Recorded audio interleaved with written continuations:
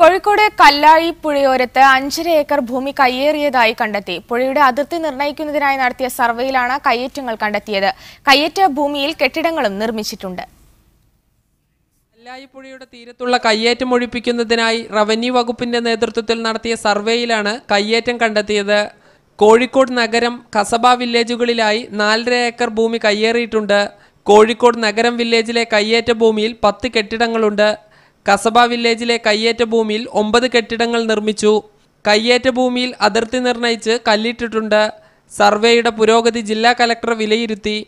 നമ്മൾ ഒഴിപ്പിച്ച് വീണ്ടും കയ്യേറാനുള്ള ഒരു അവസരം കൊടുക്കാതെ കൃത്യമായൊരു പ്ലാനോടുകൂടി ഗവൺമെന്റിന് പദ്ധതി സമർപ്പിച്ച് ഗവൺമെന്റ് അംഗീകാരത്തോടു കൂടിയായിരിക്കും ബാക്കി നടപടികൾ നടത്തുന്നത്.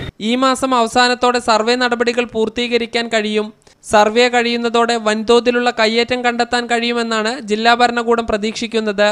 വിശദമായ മാസ്റ്റർ പ്ലാൻ തയ്യാറാക്കിയ ശേഷമാണ് കയ്യേറ്റം ഒഴിപ്പിക്കുക. കനോലി കനാലിന്റെ തീരത്തുള്ള കയ്യേറ്റം കണ്ടെത്തുന്നതിനുള്ള രൂപരേഖയും തയ്യാറാക്കുന്നുണ്ട്. മീഡിയ 1 കോഴിക്കോട്.